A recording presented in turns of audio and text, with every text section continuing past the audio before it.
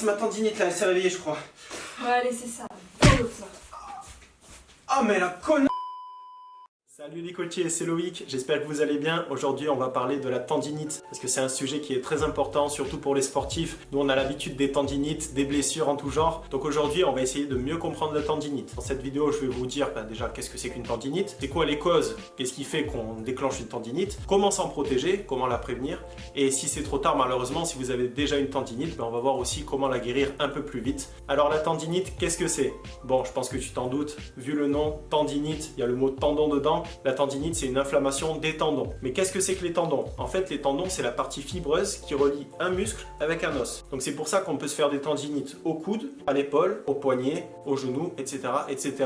De partout, il y a des raccords en fait entre les muscles et les os. Et la tendinite, en fait, si tu veux, c'est une inflammation des tendons qui est provoquée en général par le fait que le tendon, il se frotte un peu trop à l'os et du coup, il s'inflamme, il s'abîme et il se fragilise.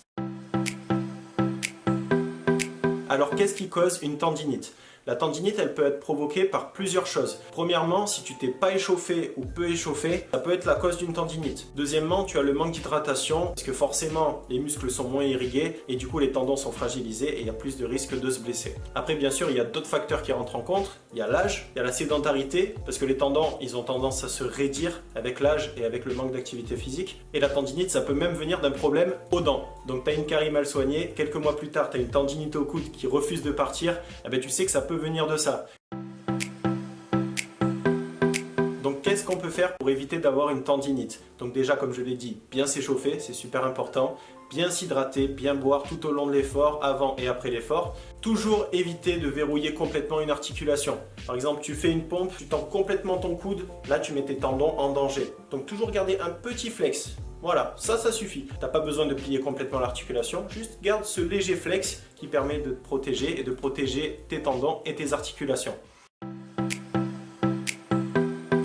Et surtout, la grosse erreur qu'il faut éviter de faire, c'est de bloquer complètement l'articulation en mettant une écharpe et en ne faisant plus aucun mouvement. Ça, c'est le pire du pire. J'avais vu un médecin du sport qui nous disait qu'en fait, il fallait continuer les activités physiques, mais plus légères, mais surtout pas immobiliser complètement les tendons et les articulations parce que c'est comme ça qu'on les raidit et que c'est dur à reprendre par la suite. Et en plus, ça augmente le temps de régénération d'une tendinite. Donc, si tu veux guérir plus vite d'une tendinite, continue de solliciter le tendon et avec des gestes qui sont plus doux et qui vont te permettre, je l'espère, petit à petit, de reprendre ton activité physique quotidienne.